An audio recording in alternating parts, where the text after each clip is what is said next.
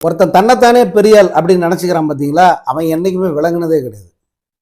நான் சினிமாவில் உச்சத்தில் இருக்கேன், நான் பார்க்காத பணம் இல்லை, நான் சம்பாதிக்காதது இல்லை, எங்கிட்ட இல்லாத காசு இல்லை, உடைச்சு சம்பாதிச்சேன். இதெல்லாம் எந்த அளவுக்கு பொய் அப்படிங்கிறது திரையுலகம் நன்கு அறியும். நீ எப்படி சம்பாதிச்ச? ஃப்ராடுத்தனம் பண்ண. சினிமாவில் நீ எப்படி பெரிய ஆள் உச்சன்னு காட்டிக்கிற? ஃப்ராடுத்தனம் பண்ண. சினிமாவில் நீ உழைச்சி சம்பாதிச்சியா? நீ உழைச்சியா? முதல்ல அதுவும் ஃப்ராடுத்தனம் தான்.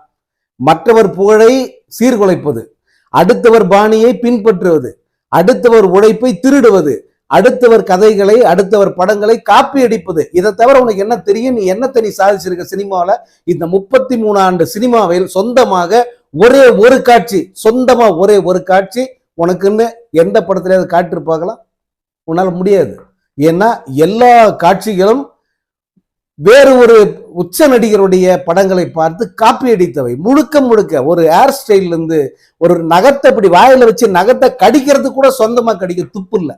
அது கூட இன்னொருத்தரை பார்த்து தான் நீ காப்பி அடிச்ச. இது அத்தனை பேருக்கும் தெரியும். அப்புறம் எப்படி நீ சொந்தமா அப்படி சம்பாதிச்சு கிழிச்சிட்ட? நீ சம்பாதித்த காட்டிய கணக்கு மொத்தமும் போலியானவை அப்படிங்கிறது உலகமே காரி துப்பிரிச்ச. லியோ ஸ்கேம் அது ஒண்ணு போதாதா கண்ணா? நீ அரசியலுக்கு வர்றதுக்கு முன்னே என்ன மாதிரி ஒரு ஸ்கேம் எல்லாம் செஞ்ச அப்படின்னு தெரிஞ்சுக்கிறதுக்கு லியோ ஸ்கேம், கோட் ஸ்கேம் இதெல்லாம் போதாதா? நீ லஞ்ச ஊழல் பத்தி பேசலாமா? முதல்வரை பத்தி பேசலாமா? முதல் குடும்பத்தை பத்தி பேசலாமா? போட்டு உன்னால வெளுக்க வேணாம். நீ எல்லாம் ஒரே ஒரு வார்த்தை கூட இந்த அரசுக்கு எதிராகவோ ஆட்சியாளருக்கு எதிராக பேச தகுதி இல்லாத ஒரு தற்குறி. உன்னை அரசியல் களத்துல சரிக்கு சரியா நின்று யாருமே பேச மாட்டாங்க. அந்த அளவுக்கு ஒரு மோசமான நபர் அப்படிங்கிறத நீ ஒவ்வொரு பேச்சிலும் ஒவ்வொரு வார்த்தையிலும் இன்னைக்கு காமிச்சிட்ட.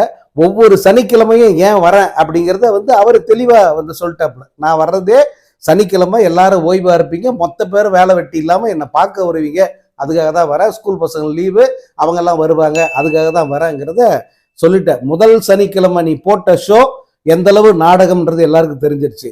2வது சனிக்கிழமை எடுத்தே பல்லிழிச்சிருச்சு. ஐயோ என்னடா பப்பரப்ப நடுத்தரவில் விட்டாங்களேன்ட்டு சாயந்தரத்துக்குள்ள இருக்கிற அக்கம் பக்கத்தில் இருக்கிற மக்களை எல்லாம் வர வச்சு திரட்டி ரோடு ஷோ நடத்தி, அதே போல ஒரு இடத்துல கூட வச்சு லேட் பண்ணி எவ்வளவு முடியுமோ அவ்வளவு அந்த விதிகளை எல்லாம் மீறித்தான் நீ அந்த 2வது கூட்டத்திலும் நீ பேசியிருக்க.